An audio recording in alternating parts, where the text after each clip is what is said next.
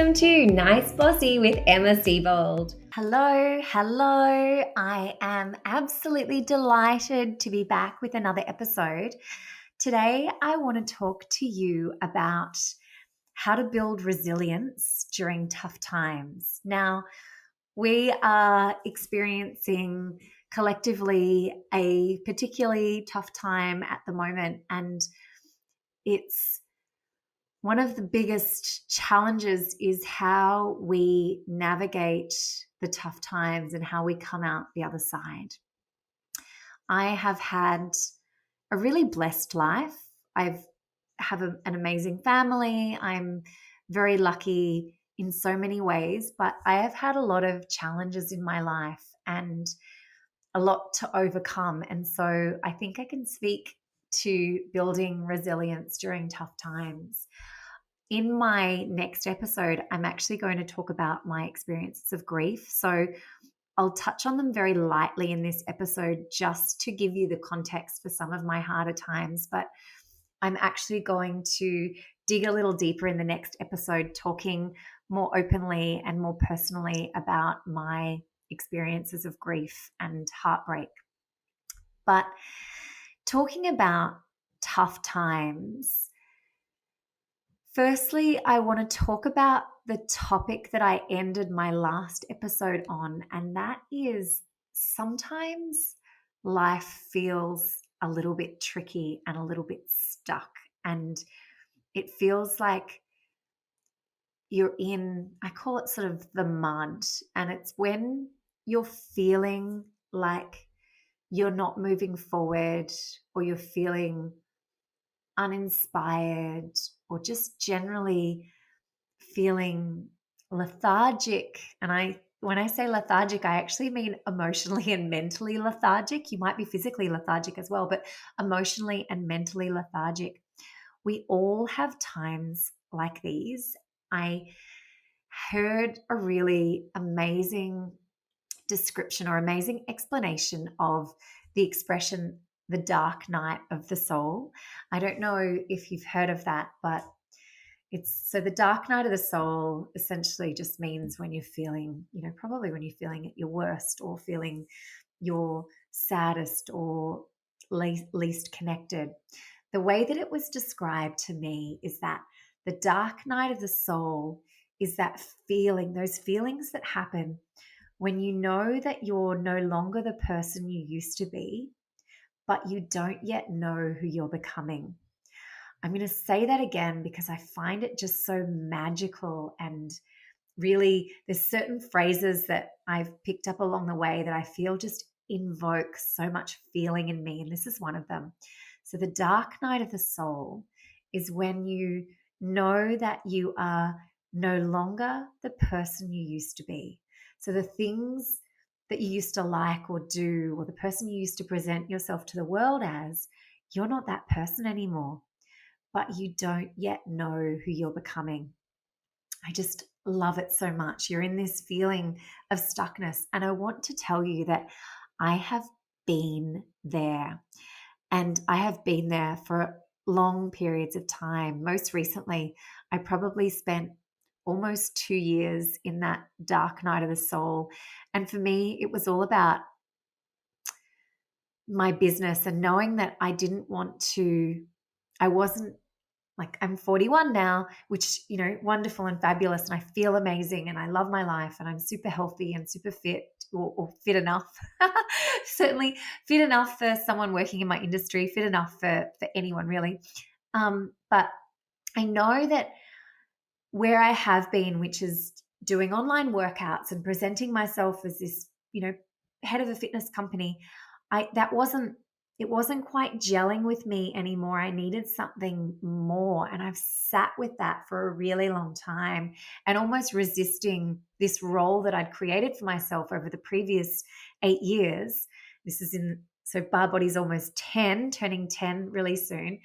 And this role where I was doing, events and PR things and doing a lot of stuff that required a lot of self-promotion, but I was feeling like it just wasn't me anymore. And so I had to sit with that for a really long time, because bar body and bend are such huge parts of my identity. I didn't want to leave them behind. I love them so much, but I didn't know what I knew that I wanted. I knew that I needed more. And interestingly enough, my business retreats and my business coaching and the retreat house that we bought were sort of the thing that I decided, that and the master's degree that I'm doing in positive psychology, well, the things that I felt like I wanted to, that was how I could take it forward without leaving behind who I've been, if that makes sense. So now I feel really excited and really happy, and I know that I'm on the right track, because I know that for me, what was really important was to work out how I could connect with people. So I love connecting, especially with women. I love men too, don't get me wrong, but I really do love the relationship of mentoring women and supporting women and helping women grow and realize their dream. And I'm a girl's girl. I've created this brand predominantly for women. Men are absolutely welcome. We're not a women's only brand, but it does certainly appeal to women more than men. I've spent the best part of the last 10 years looking on how I can help women create better lives for themselves. So to me, the natural extension for that was doing these business retreats and starting to do more coaching. So I'm really excited about that. But I've come through this dark night of my soul. So I want to say to those of you who are sitting in that space where you're feeling a little bit stuck, or you're feeling like you're not moving forward, I promise you that it's not forever. I had this period. So 4 years ago, I lost my mum to cancer. She died of pancreatic cancer. And it was really tough, really, really hard. She was my inspiration, my rock, my, one of the most special people in my life. And like I said, I'll talk more about grief and heartbreak in my next episode. But that was just an experience in my life that was very, very, very challenging. And everything that came after that was incredibly hard for a period of time. 4 months after my mum died, my brother died quite tragically. And so I had this experience, this double whammy, this experience of immense grief, like immense, immense grief, losing 50% of my family. So it's just my dad and me left, and in a really short period of time. And it broke me, quite honestly. It absolutely broke me. And what happened during that time was that our business, my husband was busy supporting me emotionally and my children, and I was, quietly falling apart. And I had these amazing people in the business who were working so hard to keep everything going. What I wasn't doing, and my husband wasn't doing, we weren't looking at the numbers. So we didn't actually see that the business sort of went downhill quite a bit, not through any fault of anyone in the business, because everyone did an amazing job of keeping things really, really ticking and humming along. But what happened, a whole lot of market factors happened at the same time. And a lot more increased competition, and a whole lot of stuff happened in the market. Bar had been, trending upwards for so long, and then it reached sort of mass market saturation. And so we were no longer attracting as many new people to the business. And all of this happened while I was sitting in the 18-month period from when my mum was diagnosed, and then she came to live with me, and I was very blessed to care for her at home, and she died at my house. And then that period of grief, and then my brother dying, and then more grief. So it was about 18 months of just not being connected to the business, not being properly connected to life, and feeling just so deeply sad. And so I don't know that I was unmotivated, but I was unable to do anything. And I couldn't even conceive of a world where I would get through this heartbreak, this trauma, and be able to be the me that you see in this podcast, the me that's so effervescent and bubbly and powerful and creative, and I'm achieving and doing things. I thought she was gone. I didn't know that I would ever recover and ever be the same. But what I can tell you is that these dark times, the dark night of your soul, the hardest times, what you're building is a resilience muscle. So all of this hardship, the expression "what doesn't kill you makes you stronger" is not wrong. It's kind of true, and in my experience, it absolutely is true. These things, these struggles that I've been through, the heartache of losing family members, the hardship of trying to turn a business around that went so off the rails in that 18-month period, that those business challenges, those personal challenges, my own personal dark night of the soul, all of that building this resilience muscle. So when you're stuck in the hard times, just know that what you have this amazing, incredible opportunity to build resilience, to build your personal power. And that is what happens when you stay with it. You don't give up. You just keep trusting, keep sticking with it, being okay with things not feeling good.